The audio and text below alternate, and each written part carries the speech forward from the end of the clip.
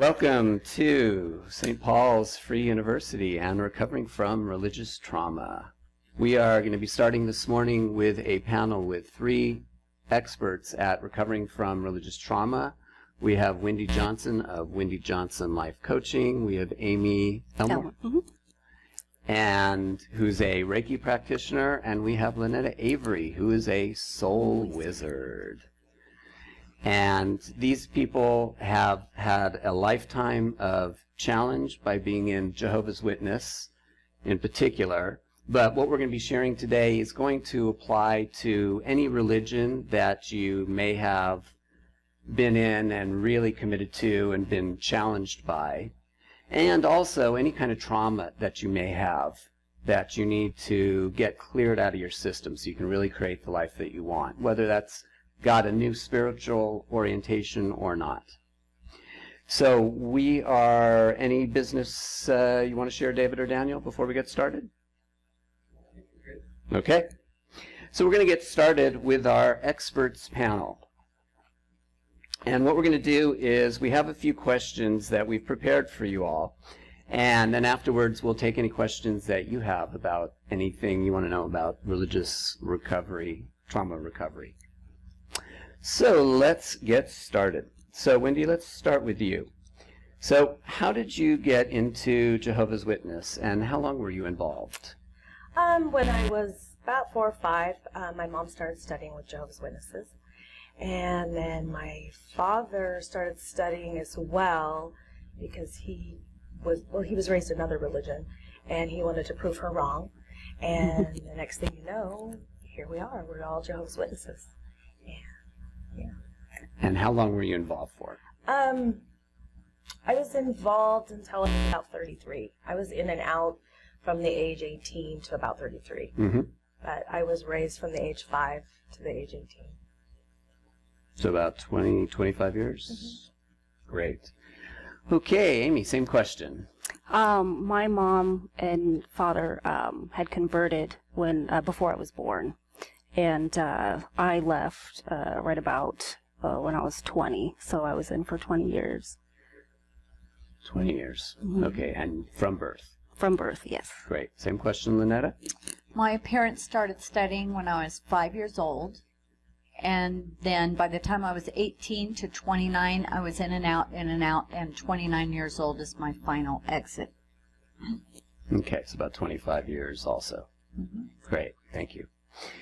Okay, what was the most negative aspect of being involved with Jehovah's Witness, and was there anything in particular that you'd say you actually felt traumatized by? Start with you, Wendy. The most negative aspect, I think, would be a lot of the fear-based beliefs that they had.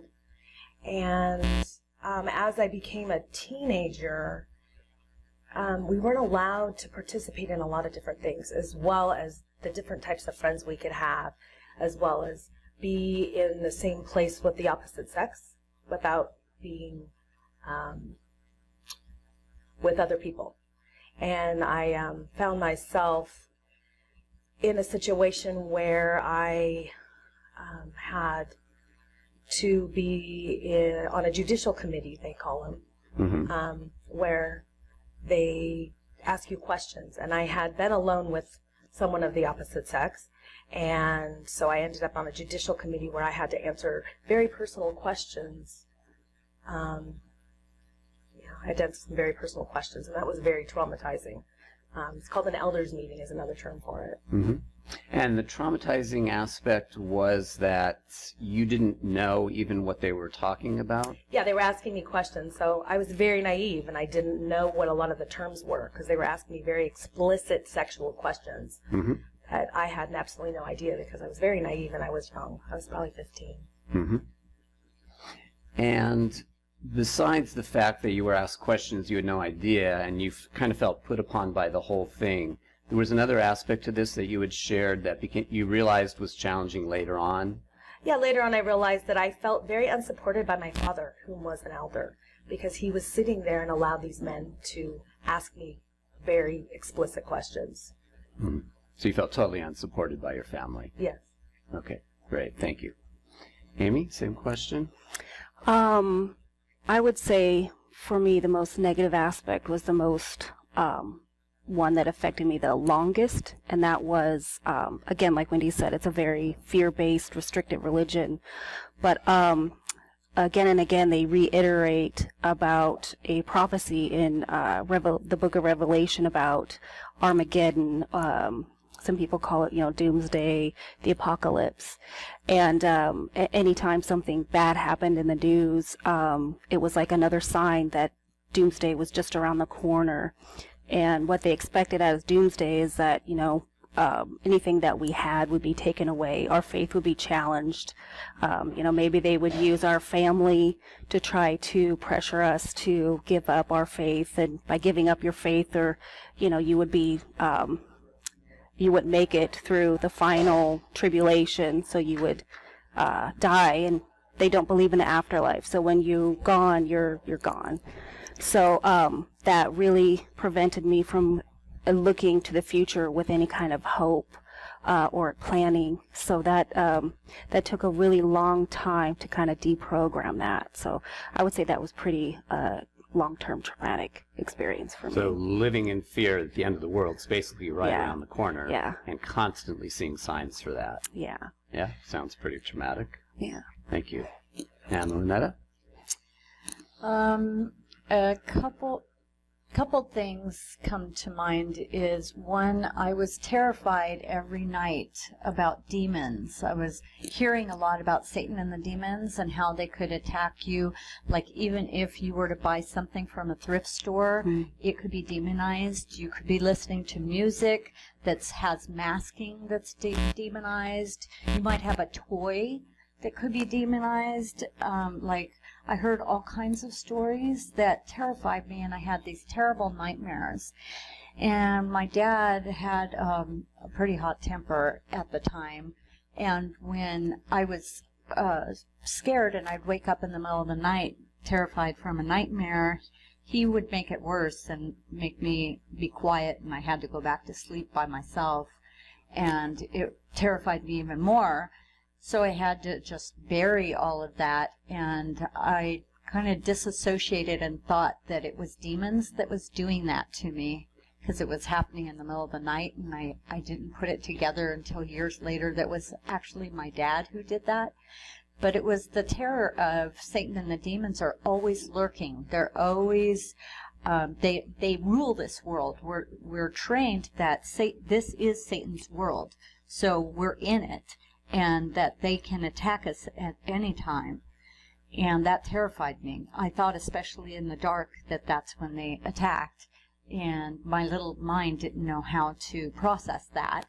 And then as I grew up, I was so just yearning to be touched and loved. And a brother and I was only 17, and he touched my breast, and I was going out into field service a lot, so I shared this with some of the other brothers and sisters I was with. And before we knew it, like 8 people knew about it, and we were in a meeting, and all 8 of those people were in on the meeting, and I had to share all the details about what happened with this brother putting his hand on my breast, which ended up in a public reproof where they announced from the stage my name, and they publicly reproved me, and I was there when they announced it. And the shame at 17 years old, the guilt, the shame, wanting to just disappear in my seat. And then when I walked through the congregation, when I was leaving, everybody parted. So they just separated from me, and I could feel this being marked. And I knew it ended my chances of marrying a good brother, which all of my friends were getting married. My cousin was married at 15. My best friends were married at 16 and 17. Here I was 17, already an old maid, and there was no chance for me to get married. And I had planned all my life to get married. That was my only way out of my family, was to get my own family. And it's a dream I had all my life, was to get married. So that dream was completely dashed at 17 years old. Wow. Thank you. And the thing you said before about the not being able to sleep at night because of the fear, both of your father and demons, which the religion kind of built it up for you. Yeah. How did that play out in your life? Oh, I could not have, the only way I got peace at night is if I had somebody in bed with me. So I wasn't just getting together with guys to, to do sexual things with them. It was a matter of survival so I could sleep at night, because I literally could not sleep without a body next to me. So I never let a relationship in between there was no gap in between relationships, because I made sure I always had a backup before I'd leave the last guy. So there was a series of a lot of relationships that I went through. I counted one day 50 of them. Mm-hmm.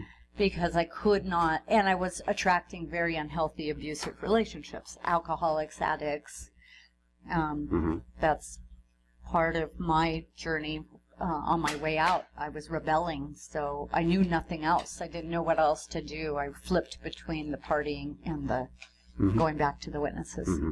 And this having to have a man in bed, literally so you could sleep through the night, lasted until what age? Well, I actually never really had in between, like there was never gaps. Even now, I'm married to you, so right. But before us, you were how old before we met? I was 49. 49, yeah, and so I'm 55 now, so it's been with me all my life. Right, basically. But occasionally we're not together, and you can sleep through the night alone now. Now I can. Our relationship helped me to heal a lot of that. Mm-hmm. Thank you. Okay. Alrighty. Next question. What ultimately prompted you to leave, and how hard was it for you? Wendy? For me, I had children, and I had a 7, 8-year-old son that was giving a Bible reading, which is a talk in the congregation. And after he did his Bible reading, he was getting a lot of pressure to be baptized. And I had been disfellowshipped at the age of 18 for 3 years. So I knew what it was like to lose my family and be without them. And all I could imagine was losing my kid, losing my child. And then it made me look at all my other kids and reflect on the fact that if I raise them, if I continue on the path that I'm on, that I really had already started creating doubt of the belief system, that I was going to very likely lose them at some point too, because the likelihood of them making it through all their teenage years and not being disfellowshipped or excommunicated as a Jehovah's Witness was very unlikely. And at the same time, my marriage was really rocky, so I chose to take my children and leave my relationship as well as my religion. So I left everything behind. Got it. Now, just so the people watching understand these concepts, can you explain a little more about baptism and what the relationship is between that and disfellowshipping, being excommunicated? Baptism is where you make a dedication to live the rest of your life according to Jehovah. And do you have to do this? If you're baptized? No. Do you have to get baptized? No, you do not have to get baptized. So it's an optional thing. Well, if you want to be part of their organization, you have to be baptized. So if you want to be with the in crowd, you need to do it. Yes. And there's a lot of pressure to do that. Yes. And then if you do that, then what could happen on the downside? Well, if you don't follow all of their rules and all the things that they say that is, if you disapprove Jehovah, basically, you can be disfellowshipped or excommunicated. Okay. What are grounds for that, for example? There's a lot of different grounds. Adultery, fornication, smoking cigarettes, your association can make a difference.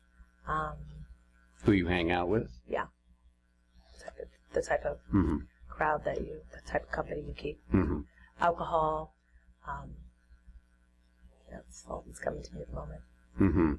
gossiping, I was told also. Potentially. Mm-hmm. So it's pretty easy to fall on the wrong side of all this. It could be, yes. And then if that happens, what, they call you before a You go group? before a judicial committee, which is a group of 3 men. Mm-hmm. And they, well, they, as it's put, they, with God's Holy Spirit, make a decision as to whether you can stay in or you have to be punished, basically. Uh-huh. And if you have to be punished, what happens? You're disfellowshipped.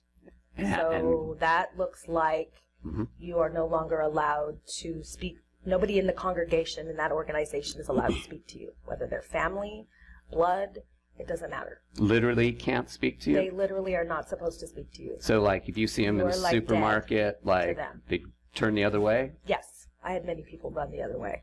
They looked at me and were like, and would just dash off the other way. So you lose family, you lose friends, like everything Yes. is just like totally cut off. Yes, they're totally cut off from everyone. Mm-hmm. So your decision to leave then was you didn't want your son to get baptized because if he fell on the wrong side, then he could experience this agony or you would not be able to be with him. Exactly. Got it. Thank you. Okay, Amy, same question. So for me, one thing Jehovah's Witnesses have rules as far as dating is you're not allowed to date without the you can court. Yeah, you have to have a chaperone. But also, if you're dating, then you're basically getting married because there is no just casual dating or boyfriend, girlfriend. It's, you're engaged. You have to get married if you're seeing someone. Mm-hmm. And also you can't be alone. Like she said, you have to have a chaperone. And so that really prompted a lot of young ones to get married way too early and too quick. And that happened to me. I married someone that I was not compatible with. We were too young. How old were you? I was 17 when I got married. Mm-hmm. Yeah, barely, like a day turning 17, so I was barely 17 Mm-hmm. when I got married. And also they discourage you to go to counseling outside the religion. And the problem is within the religion, the ministers, they're lay ministers. And so they don't have any really experience professionally. So there's not a lot of really good resources to help you if you have any kind of problems. So, our marriage was falling apart, and there was no resources. There's just the pressure to stick it out, go to meetings, read the Bible if you want to fix your marriage. That just wasn't going to work for us. So, and I got to just a really dark place because I felt like I was failing my family, my religion, and my marriage. And it just got me into a really dark, suicidal space. And I had to decide, either I was going to just, continue down this road and eventually commit suicide, or I was going to have to leave and survive and raise my daughter. So when I left, I kind of had to leave everything behind because most of my family were witnesses. All of my friends, because you can't associate outside your religion, so all your friends are witnesses. So I left a lot of, really good, long, lifetime friends behind. So it was pretty difficult. So you had to leave the religion because you couldn't get divorced within the context of the religion. Right. You have to have grounds, and the only grounds for divorce is infidelity. If your spouse is unfaithful, you have grounds. But even then, it's highly discouraged, and, you kind of look down upon. So you lost everybody also. Yeah. Lifelong, since you, from birth, were in. Yeah, we couldn't really associate anymore, so I couldn't call them up. I didn't have support. Mm-hmm. So after I decided to leave and leave my marriage, yeah. So. Got it. Thank you. Mm-hmm. Lynetta. Mm-hmm. What prompted you to leave and how hard was it? Well, I was by the time I was 17, I was already on public reproof, like I said, and I was also very determined to get married. So I saw my only way to do that was I met somebody who was also disfellowshipped, and he liked me, and my hopes were that we'd get married and then come back to the meetings. And he only went to a few meetings, and then he told me he had no desire to come back. And then I find out that he's violent. He did not express his emotions. We were living on my parents' property, so I was actually still under my parents' wings. And I wasn't working, and I didn't have an education beyond high school. I just got my GED. So the only thing I could do, and my husband didn't want me to work. So I felt very trapped. And I remember getting very depressed because I thought getting married was the answer. I thought that once I was married, my life would be happy. I would be free of my parents, and that would bring great joy to my life.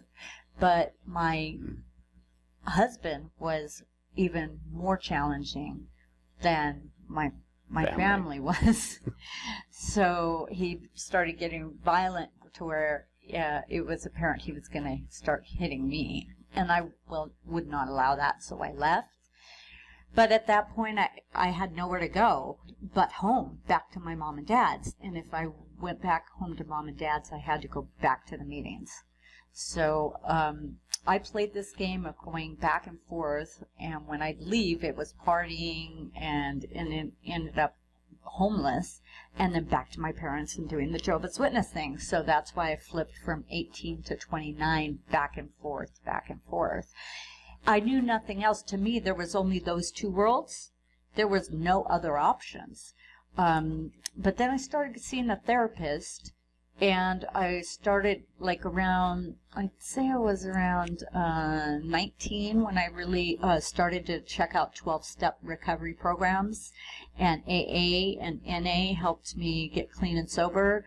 And then I found out I was really codependent, so I went to codependency 12-step meetings and Al-Anon, and they helped me get a sponsor, and a sponsor works closely with you to help you go through the 12 steps. And that really gave me a whole new world. For the first time, I heard that I could actually borrow my sponsor's God until I got one of my own, which I'd never even considered that was a possibility until then. So that got me started on trying something new, and it gave me hope that I could get out and have support from these everybody in the program. Great, thank you. Okay, so Wendy, same question. When you left, how difficult was it to create a new life, and what were your first steps? Well, when I left, I did own an in-home family child care, so I was financially okay. Now, you were fortunate because from what I understand, especially for women, Yes. there's zero financial training. Like Yes. you're not encouraged to work, you're not encouraged to get an education. So if Right. you leave, you've got no financial resources to support yourself. That is So you were kind of the exception. I was kind of the exception, which I really didn't have an education. I also dropped out of high school, and I didn't go to college. I just figured out how to survive, and you did. found it very important to be able to support my kids and be a stay-at-home mom. And I could see that if I wanted to support my kids at the level that I was accustomed to, that I was going to have to figure out a way to do that. So that's when I opened a child care, and I was looked down upon for working as While much you as were I in. did. Yes. Wow. Okay. Okay, so financially you were covered. So what other aspects did you have to deal with when you got out? Just my kids, I was divorced, so my kids were seeing their father on the weekends. So I had a lot of time on the weekends by myself, and it was just me by myself. And a lot like Lynetta, I turned to men to fill that void. I didn't know what else there was. That and alcohol, and so I would go out and party on the weekends because I had nothing else. I had no friends. I had no other way of knowing how to cope. Mm-hmm. So you just lived the high life, so to speak. Yes. Mm-hmm. And I hear you had a nickname as the Dancing Queen or something along those lines. Something along those lines. Maybe on another video we'll get a little demo. Would not. Okay. That was some years ago. Anything else you want to add? No. Okay.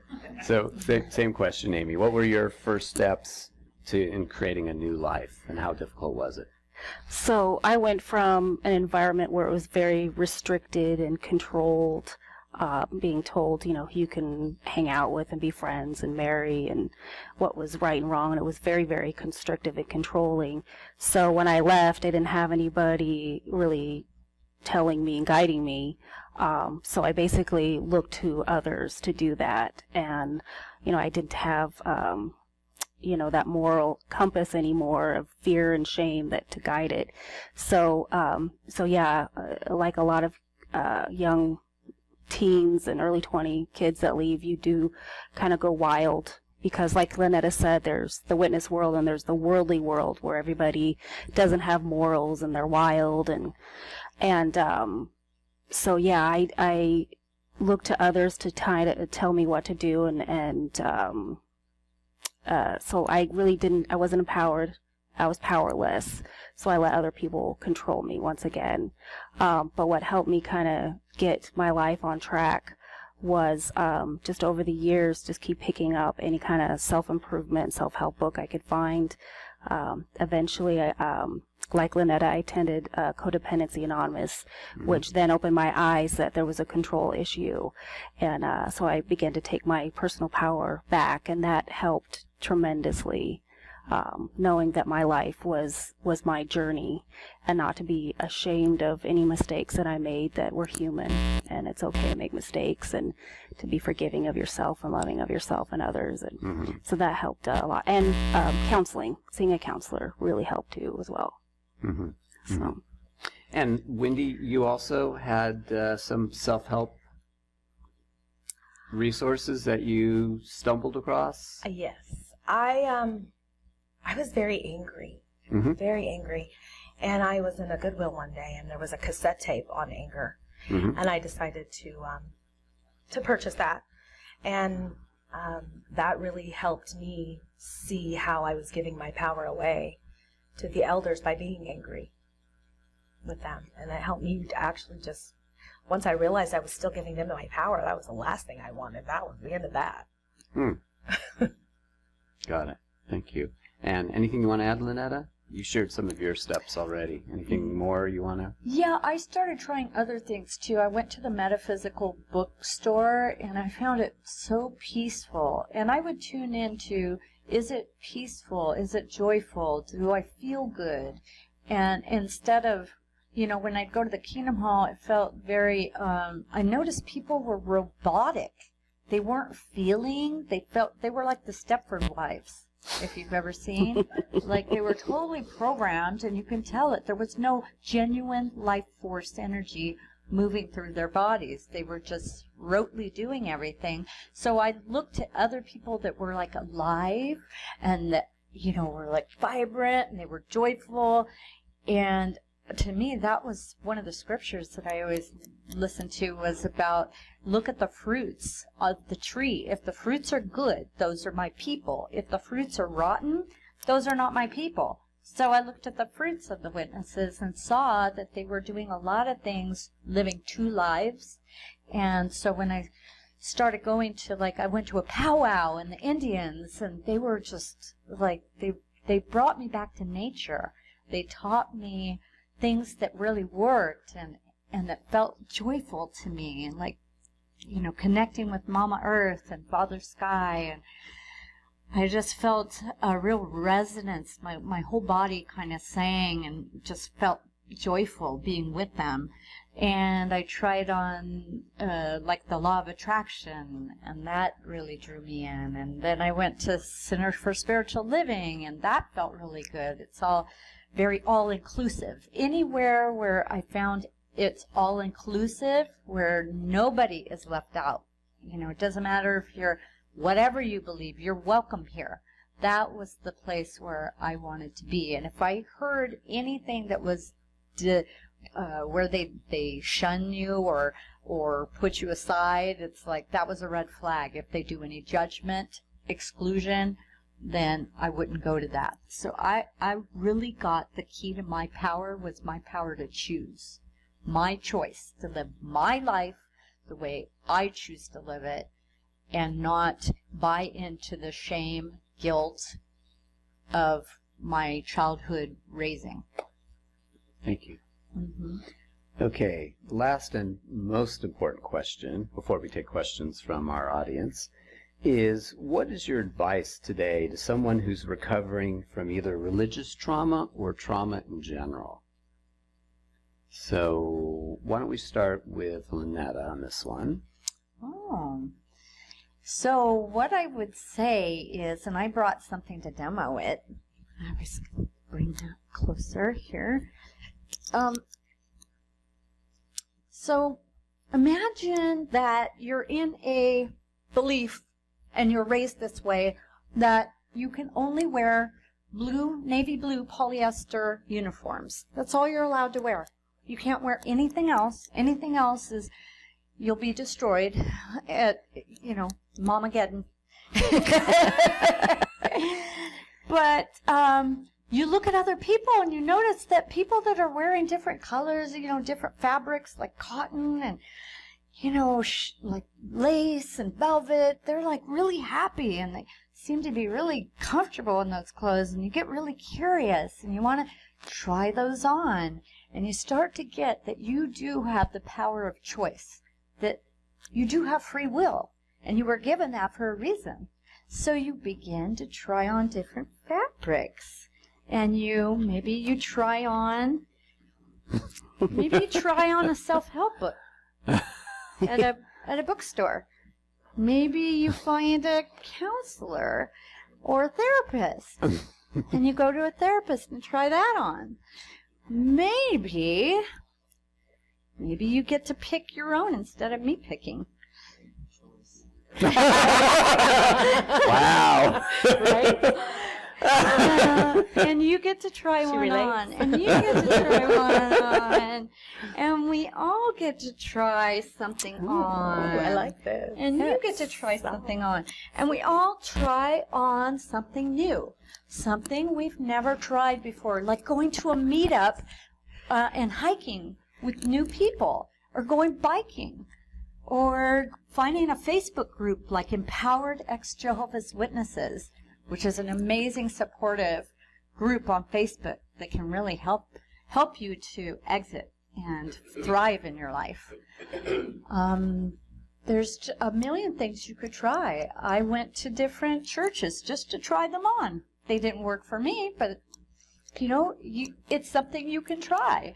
It's really getting that the most amazing superpower that you have is your ability to choose for yourself. And when we're witnesses raised that way, we're so indoctrinated, and the conditioning is so deep that it's in the subconscious to not try anything, to only do what you're told, and just wait until the system is over and not live your life.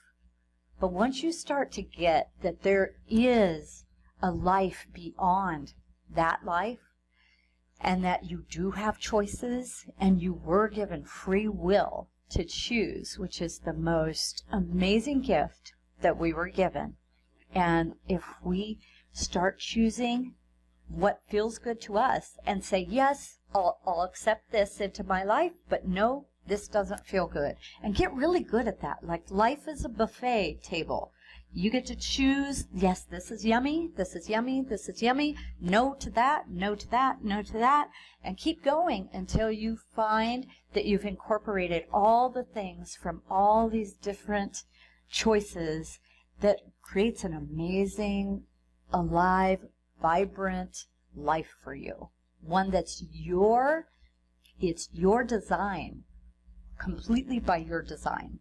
Not somebody else dictating to you how you're supposed to live, which is what we were so used to. And you'll get over the fear as you keep trying on new things. You'll overcome your fear because you'll come alive. And you'll actually, it's like breaking through a glass ceiling. You'll break through it, and then you'll be in a whole new reality. You'll get that this world is not wicked, that it's not as evil as you were taught, that there's a lot of good, and you actually have a lot in common with a lot of people. So that's my gift to you today. And I also offer you a 30-minute discovery session with me to see if you want to go further with me into having a powerful life where you take back your power and you get your free will and your choice. So get a hold of me through markandlynetta.com on our website. And when you put in your email and all that, you can put in comments you're interested in the 30-minute discovery session. And that's my offering. Great. Thank you. Yeah. Thank you. All right. Amy, what would your advice be? To definitely be gentle with yourself, because you're coming from such a very dogmatic, restrictive religion.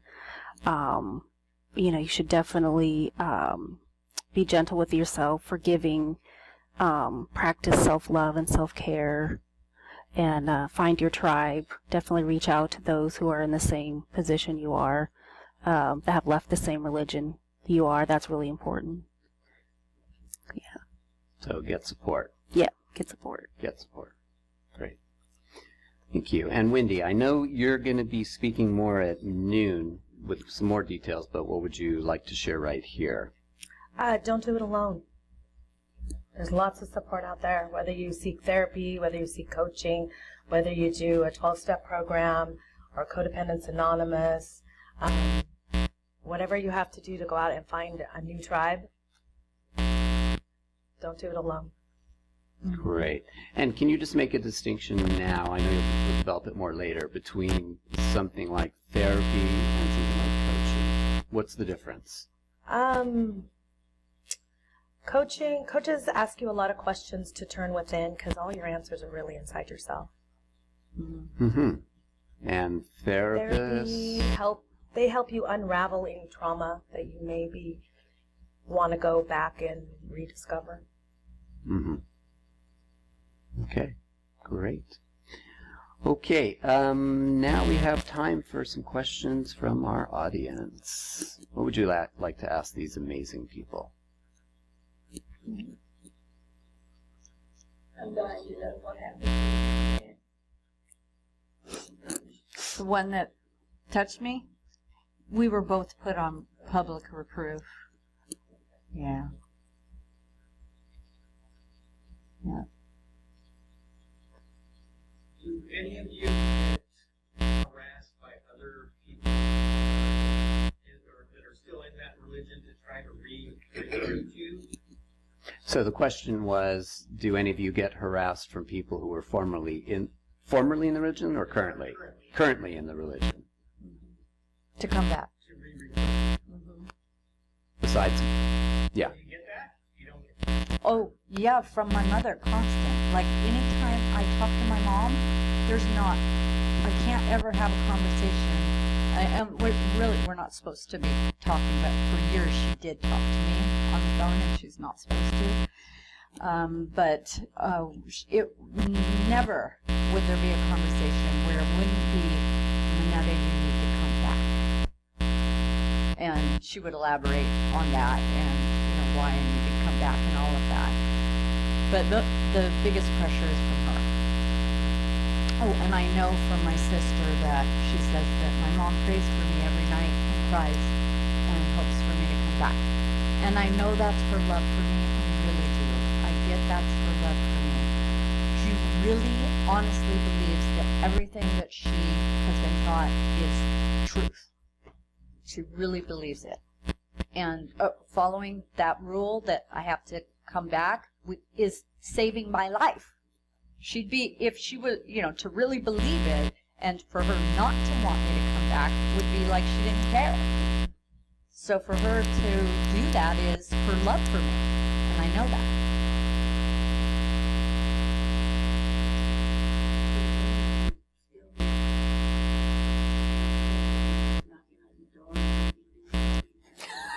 So the question was, do any of you get current Jehovah's Witnesses knocking on your door, and how do you handle it?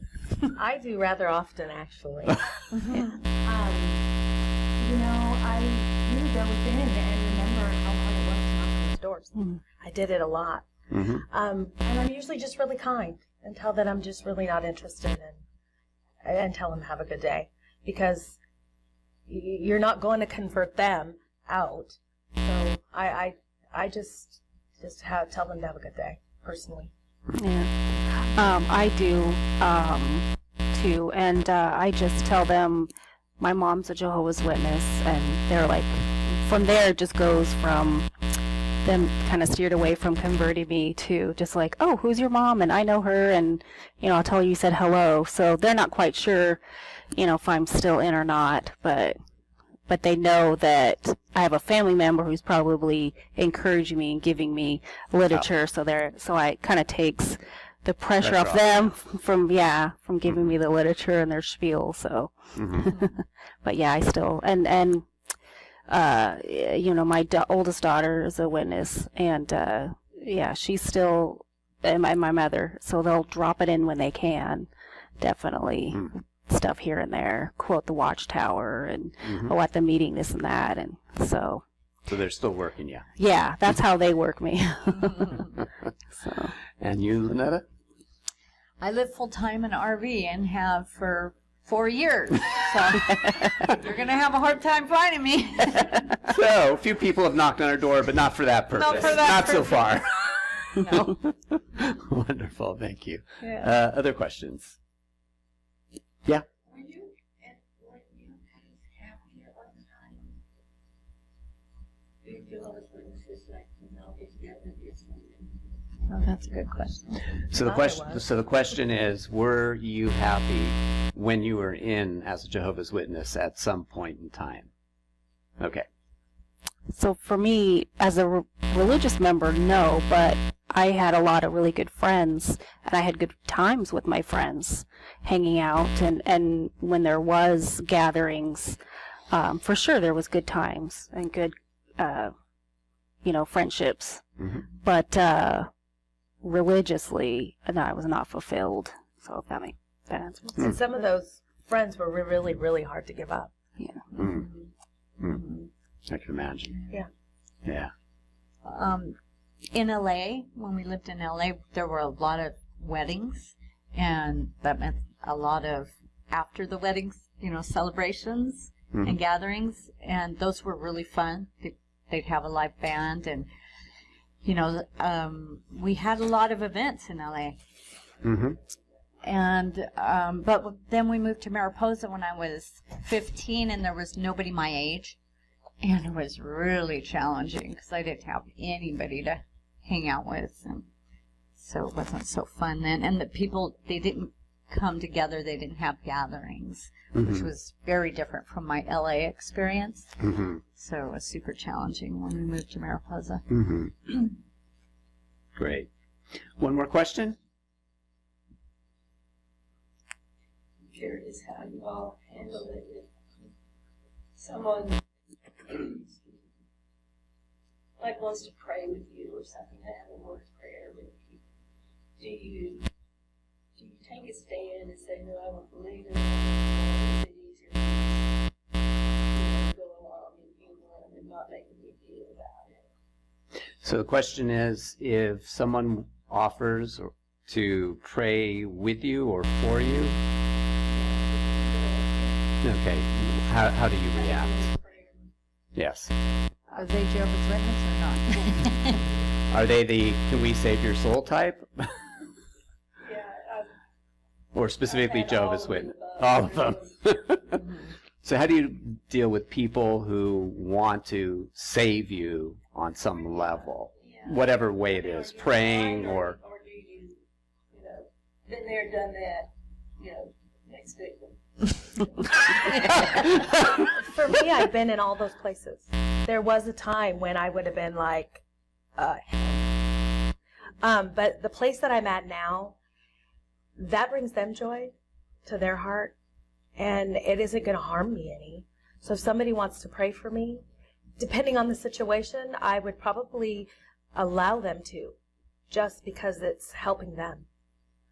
And it's not necessarily to me about me.